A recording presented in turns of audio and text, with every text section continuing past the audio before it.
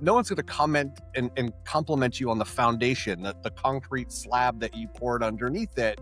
But if you didn't do that part, like your house could, fall down at any given moment. And that's what brands overlook. They want to build the house before they've created the foundation. There's the misconception that marketing equals advertising. And sure, that's a component of it, but the reality is it's so much deeper than a TV ad. Like branding and marketing is psychology. It's the psychology that goes by, well, why would someone spend $150 on a pair of yoga pants when you can buy them for $9.99 at Costco? And it's why for me, the biggest risk I take with every client that I have, when I tell a founder or a CEO that their opinion on things doesn't matter. What matters is the opinion of your audience, your buyer. Or I can say your opinion is all that matters, but you're not going to make any money.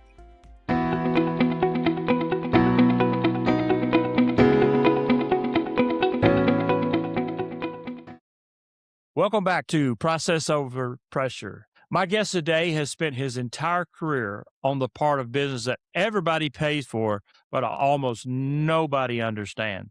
It's called marketing.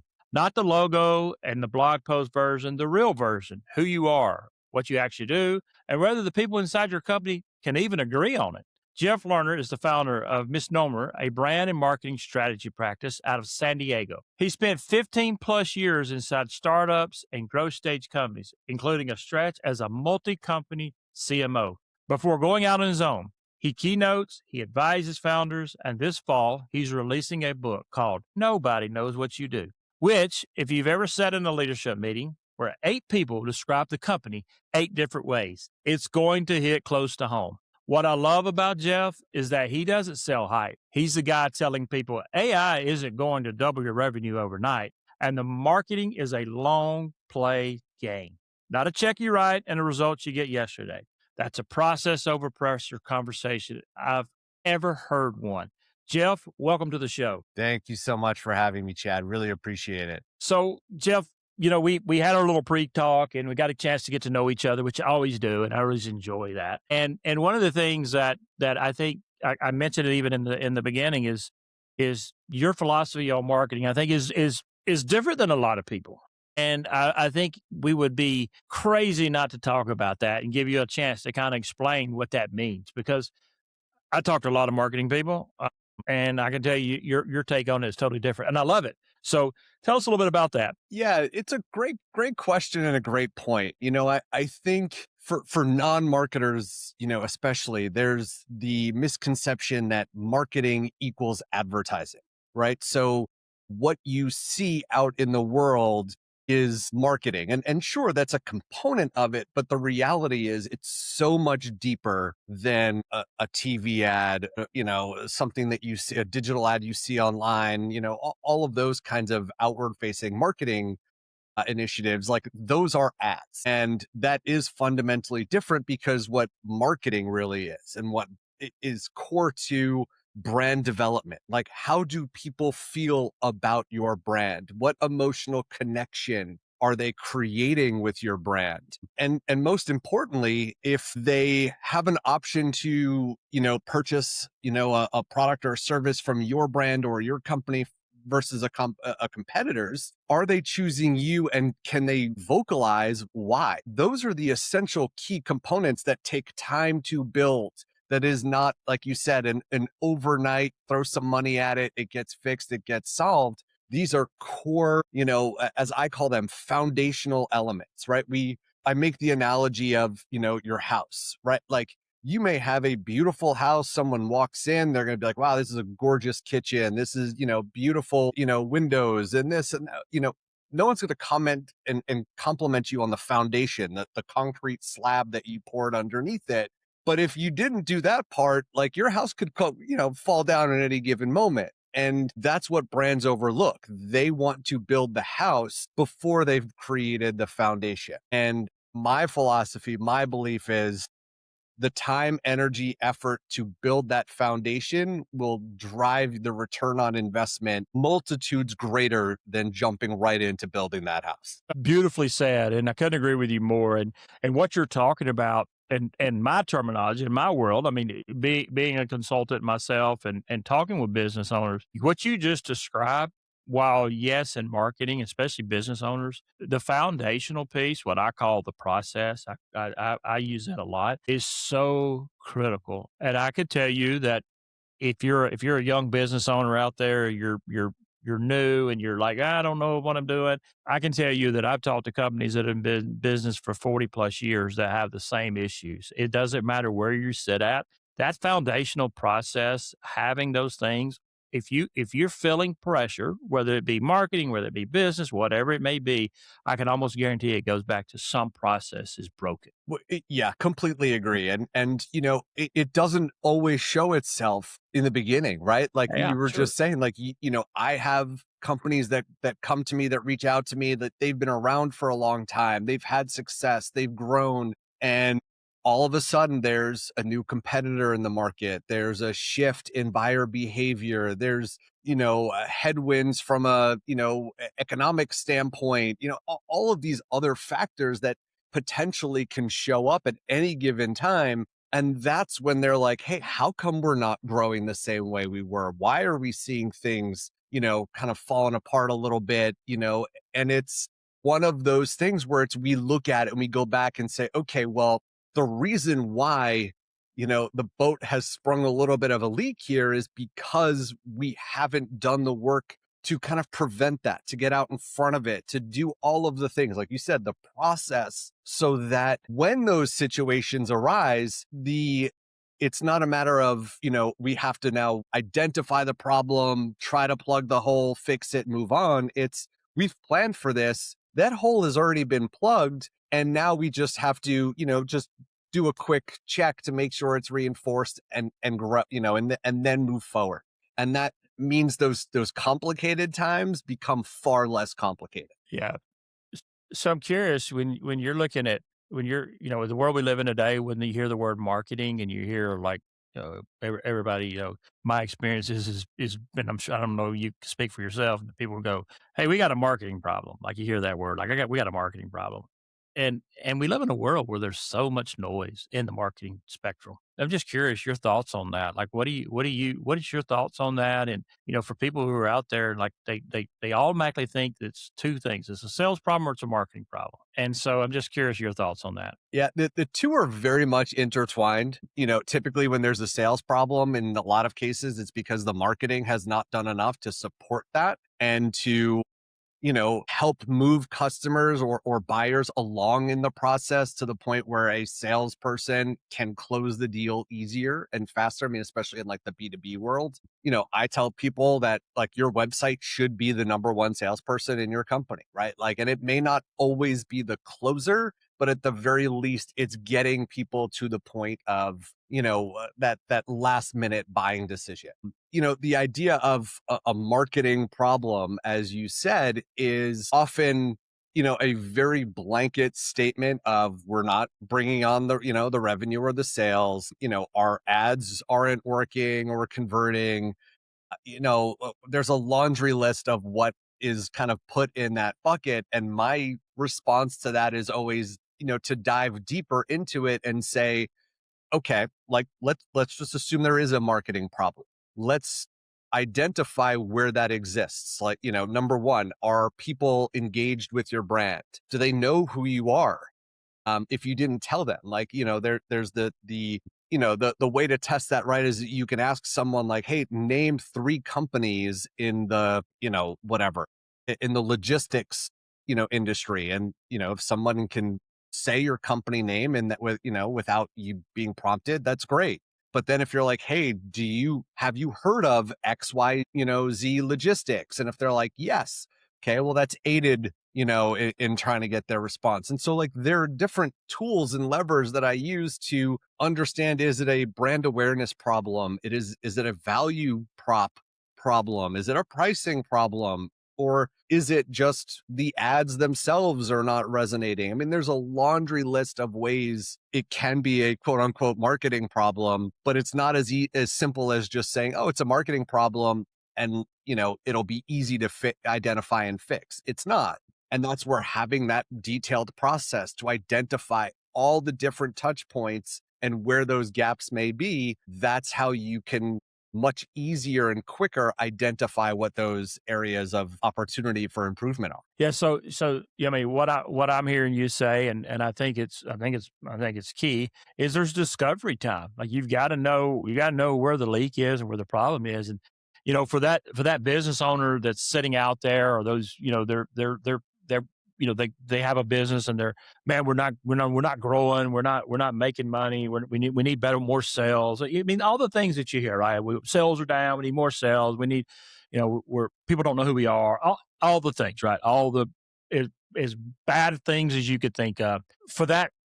And I'm just asking you because I see it, and I just want to know what your opinion is on it. Oftentimes, you have people in the leadership role or sitting at the top, and they're looking at it, and they're starting to point fingers at the problem without really knowing deep down what the problem is. Does that make sense? It does. And that's absolutely true. And, I've had clients that will tell you that I almost approach the borderline annoying them when my response to their questions or their comments is for me to simply say, why? Right. So when they say, hey, our business should be growing, we put, launched a Google ads account and we're running ads to tell people, about what we do.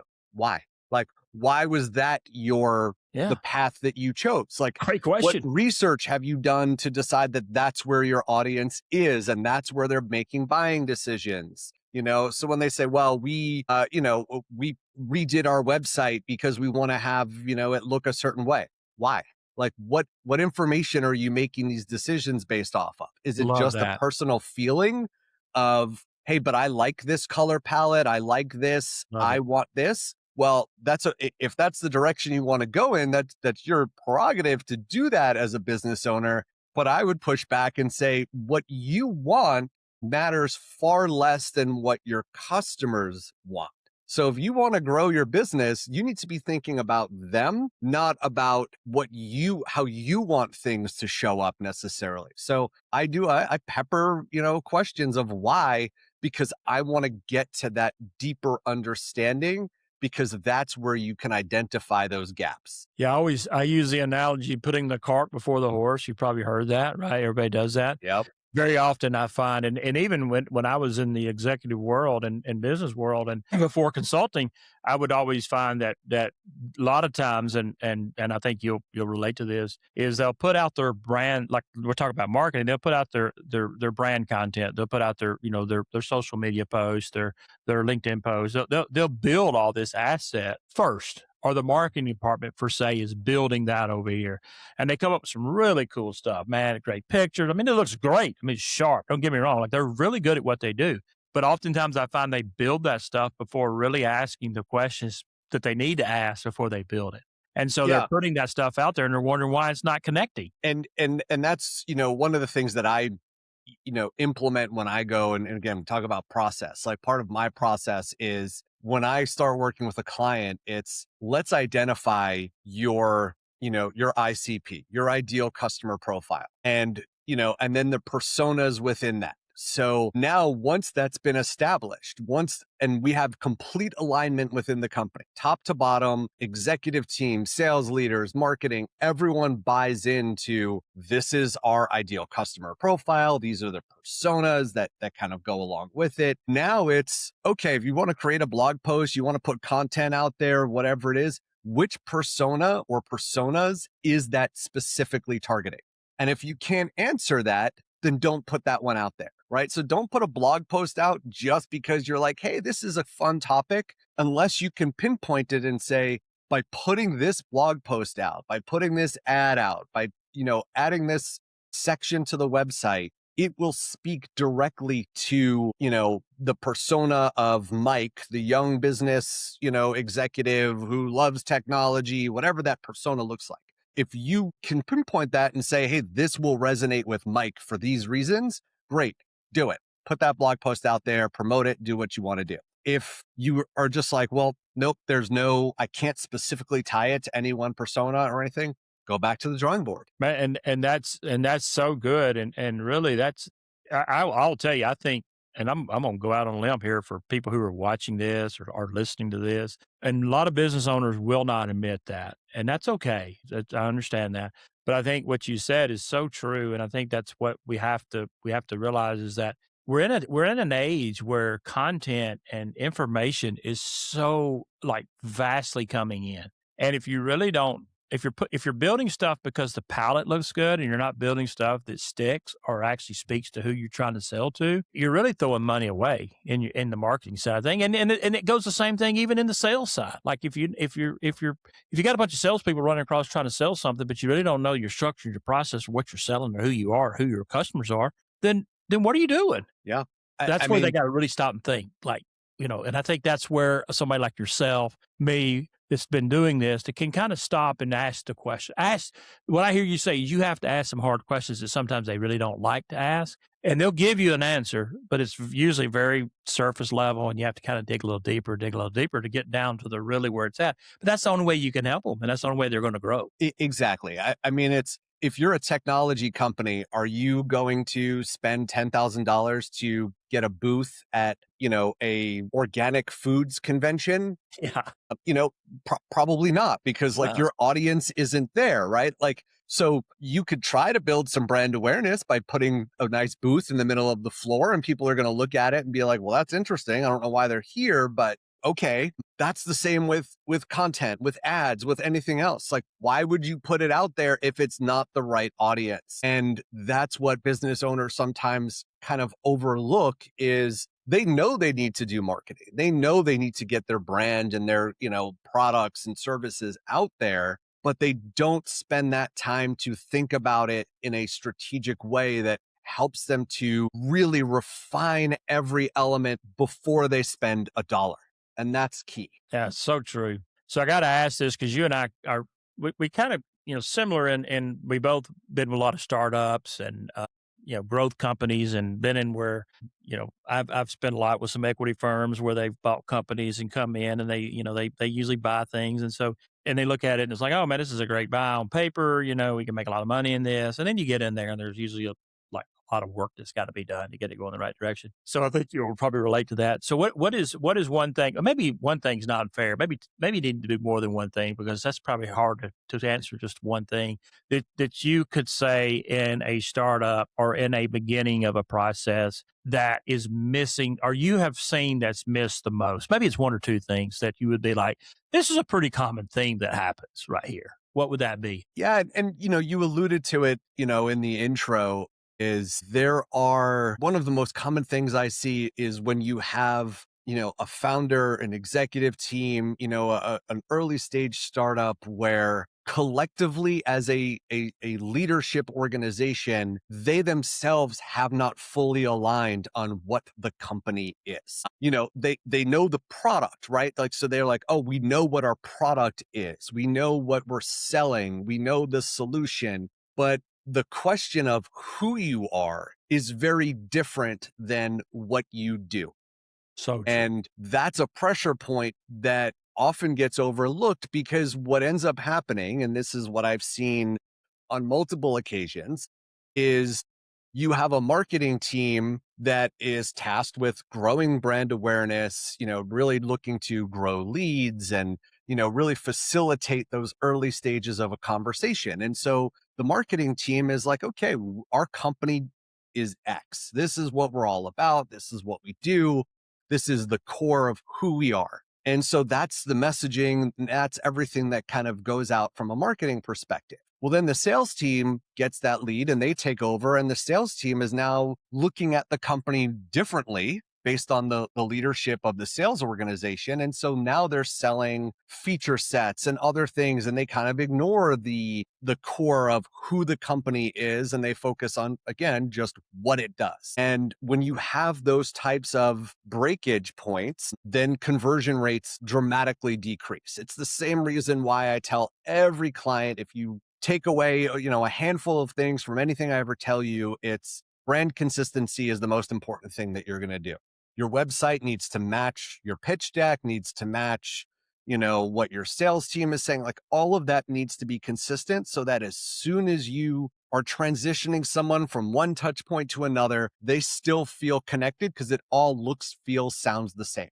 And so when that breaks, because different departments are kind of talking about things differently. And I've seen it where the website, the front end looks, a certain way. And then the back end, UI that, is being built purely by the engineering team uses a different font, different color palette, whatever. And that's a breakage point. That's where a user is like, whoa, wait a second. This seems off. I'm going to go. Yeah. And those are some of the most overlooked things that startups do because they just don't have someone that usually is in the room that says, hey, before we start telling anybody about this, let's align on who we are, what we do, what we're all about. And most importantly, why us? Why would somebody buy from us compared to anyone else in the market? Yeah, I think, kind of elaborate on that when you're looking at a startup or a small company, it all comes down to dollars, what they have to spend and all that. And so I think people in the room, and this is from my experience, are more focused on, and I get it, focused on, well, what's the margin? Like you'll hear this a lot. Like what is our margin? What is our margin? What is our margin? And so they'll either have and you've probably seen this, they'll have a very lean or no marketing department whatsoever, or they hire somebody that's out of high school or whatever. And they're well, I'm going to hire them because they're really good at social media because they're young. It happens all the time, right? I mean, I'm telling stuff that's true. 100% true. And they hire that person and then they expect like, okay, well, we're gonna refresh the website. We'll spend a couple $100 here. I mean, I've even been in companies where their marketing budget for the month is $1,000, and they want to do 12, 15 million. This is real world. This is true. And I'm like, you're so focused on today, like especially in the beginning, like you just because you spend the money up front doesn't mean you got to always spend it. But you do. There's just saying you got to spend money to make money, and it's got to spend the right money in the right places and have the right people doing the right things. Because if you don't do that, you will see peaks and valleys. Yep. Yeah. I mean, you're dead on accurate.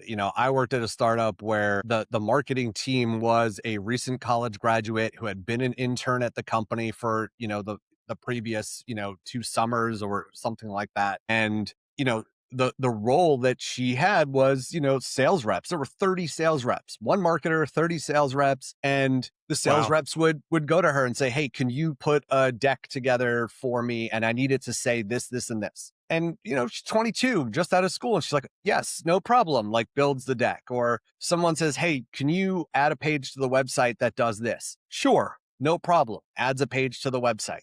Right. So there's no cohesive strategy. There's no cohesive messaging. Different sales reps are asking for different things. And the expectation is that a 22-year-old recent college grad is going to be able to stand up and say, hey, this is fundamentally wrong and we're doing ourselves a disservice. Of course not. Like at 22, I would never have been, comfortable enough to say that. Absolutely. Like even at 32, I still may not have said it. Absolutely. And so it's that kind of belief, like you just said, of, okay, well, yeah, we need a marketing function. So let's just have a warm body in a seat who can do some of the things. That's, a wasted resource because it's doing the things without the strategy behind it, and structure and process is just someone pulling levers that are probably not going to result in a return on that investment. Yeah. I mean, we live, and this is very common for smaller companies, and I say smaller companies. I think it's even prevalent in some bigger companies because most of the time, in the executive seat or the owner seat, you are. I mean, I'm an owner. I'm a business owner. You are. I get it. Like I sit here and think about, okay, well, where's the money going to come in from? Where's the dollar going to come in from? Like that is something that's very important, and it's very hard to get out of that mind shift and think about go back to foundation and say, because you want money coming in, right? Everybody does. Everybody wants to sell something. I don't think anybody goes, well, I hope I don't sell anything.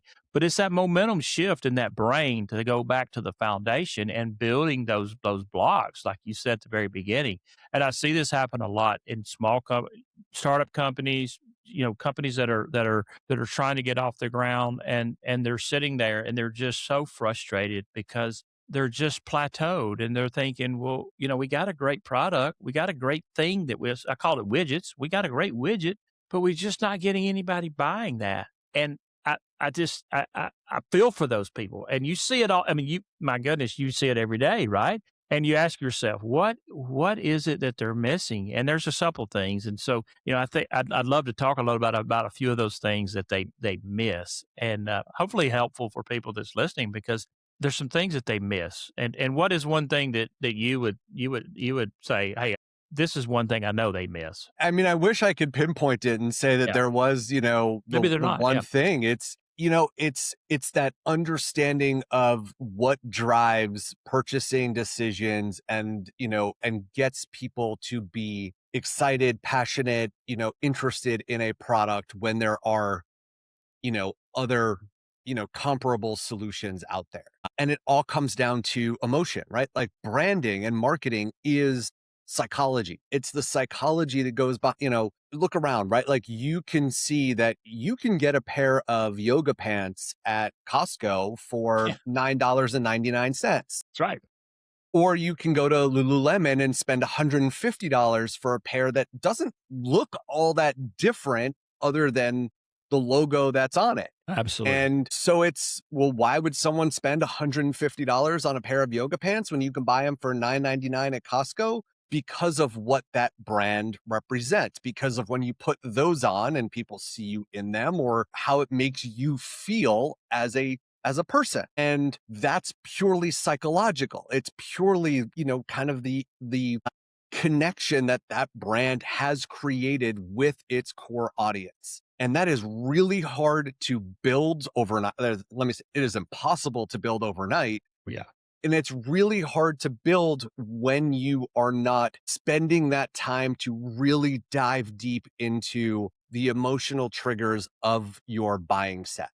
And so Beautiful. that's where brands really, or organizations, whether it is B2B, and everyone talks about, well, that doesn't matter in B2B because it's business to business. Well, it's still a human being that's going to make a purchasing decision, So even if you're selling into IBM, right? The person on the other side that you're trying to connect with, it's still a person. And what's going to get them to advocate for your solution, to want to see if they can get it implemented and go through the layers of approvals that you probably have at a company like IBM, is that you have connected your solution in a way that they personally feel an attachment to.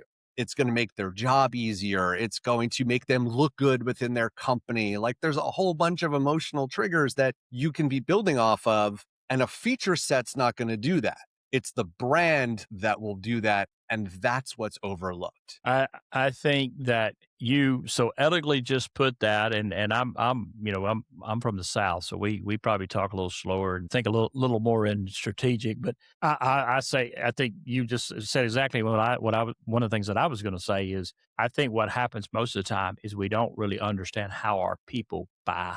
We don't know. We don't study them. We don't think about that. When we build something or we make something or we make an asset or we talk about a sales process and a team, what we don't do is we don't stop and say, how do the people that I'm selling to actually buy and Mm-hmm. actually looking for their stuff?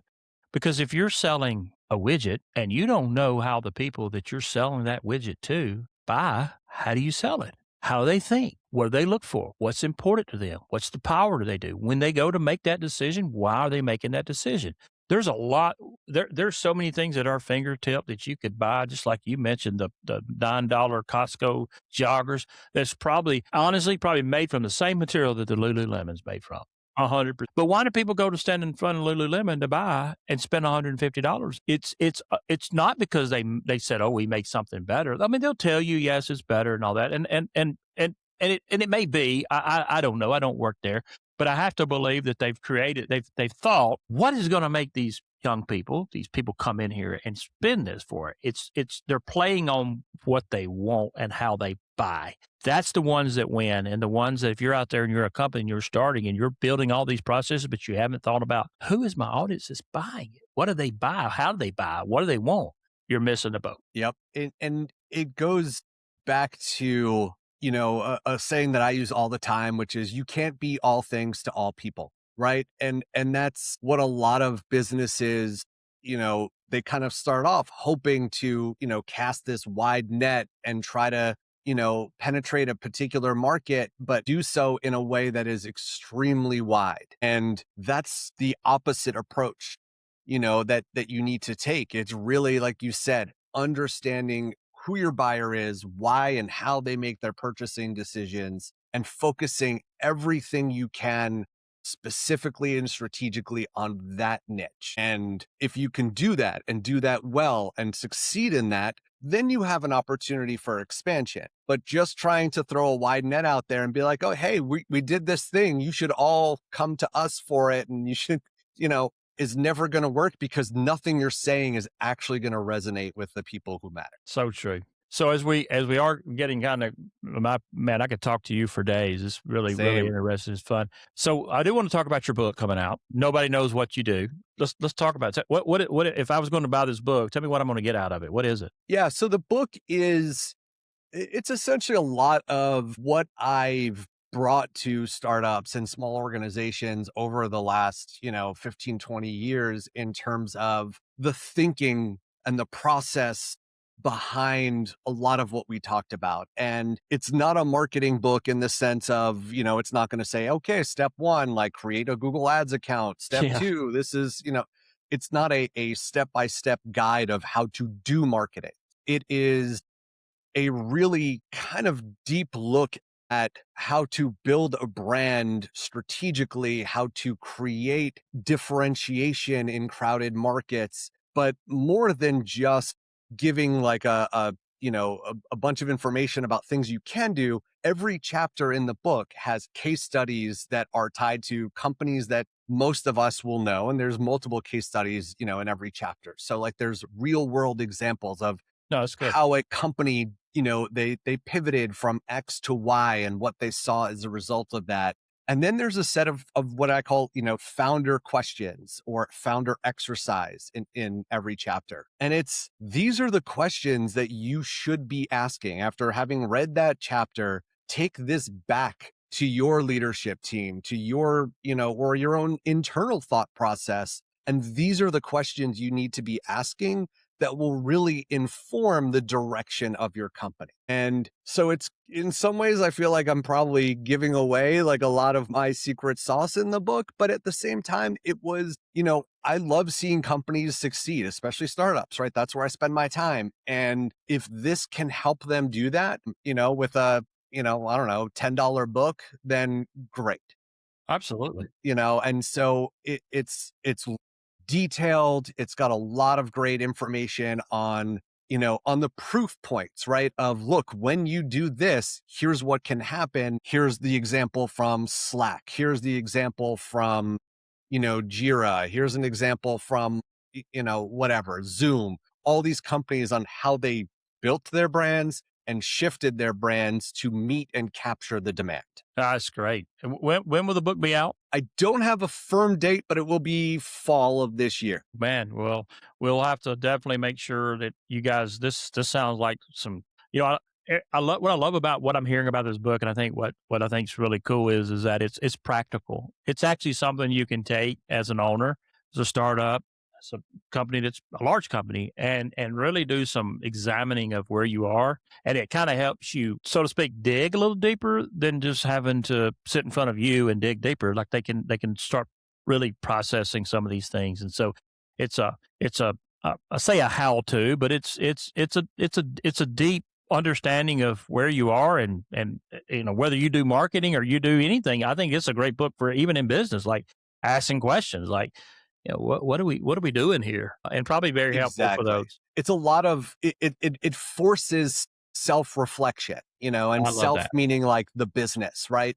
So asking of the business, whether it's the founder, the executive team, but it's asking the questions of, okay, well, why do we say this instead of that? Or if this happened, how would we solve for it? Like there's really specific, detailed questions that are intended to get the company as a whole to look at that and say, huh, we don't have a good answer to that. Or, you know what, our answer to that is perfect for what we're trying to do. Like we're in good shape here. Let's move on to the next thing. And so self-reflection is vital in how businesses operate, because if you're not looking at what you're doing, you're waiting for someone to tell you that. And A, that doesn't always happen. And B, if you've gone to the point of waiting for someone externally to tell you where there's a gap in your business, it's probably a little bit too late. Yeah. I'll tell you, and as we kind of end here, I mean, this has been Jeff. This is great. I mean, really good stuff, and I hope people that listen, you can hear some nuggets and kind of start challenging themselves. As a consultant, and as you as well as what you do, one of the things I always want to leave with my customers or anybody is that if my job didn't challenge you to think, to really process, then I didn't really do my job. If you got a bunch of people around you that are telling you what you really want to hear, then you're probably struggling a little bit, or you're probably okay with just being the same. I think one thing being a business owner has taught me is that humility and being humble are like two different things. Like you have to be willing to hear and be okay with someone saying, "Hey, something's broken here." Doesn't mean you did a bad job. Does not mean that they're saying you are a terrible leader. That's not what we're saying. What we're saying is like, because we're passionate. I think you're passionate. I'm very passionate about helping companies. And so when you look at some of these things, it's not you're pointing fingers saying you stink, you're terrible. It's, hey guys, here's things that we observe that can be better, because nothing more, and I think I speak for you on this, is seeing people be successful, seeing their companies be successful. I get more joy out of that than a paycheck. 100%. I agree. And it's, it's why for me, the biggest risk I take with every client that I have when it makes sense to have this conversation is when I tell a founder or a CEO that their opinion on things doesn't matter. And it's a risk when I tell them that, and they often get, a little bit ticked off by it. But, I back it up with your opinion doesn't matter. What matters is the opinion of your audience, your buyers, the people you want to reach. So you saying, I want my logo to look this way, or my website to be this way, or, the name of my company to be this. Well, that's great, but it doesn't matter if it's doing a disservice to what your ultimate goal is, because you would rather me say to you, hey, look, your opinion doesn't matter and we're going to make a lot of money. Or I can say your opinion is all that matters, but you're not going to make any money. That's it. And when you kind of phrase it that way, 100% of the time, the CEO has said, all right, yeah, no, we'll take the money. Yeah. So, yeah, you that's know, it. yeah, Well, Jeff, thank you so much for being on today, man. What a great conversation, and people out there can get this on my YouTube channel, Stonefly Consulting podcast. Love for you guys to hop on and listen, and we'll be sharing some of this through some other social media outlooks. But I just want to thank you for being on. Enjoyed my time with you, and if people could, how do they reach you? yeah, they can visit my website. It's misnomer.co, or find me on LinkedIn and other social platforms. Awesome. Well, thank you for being on, guys. As always, process over pressure.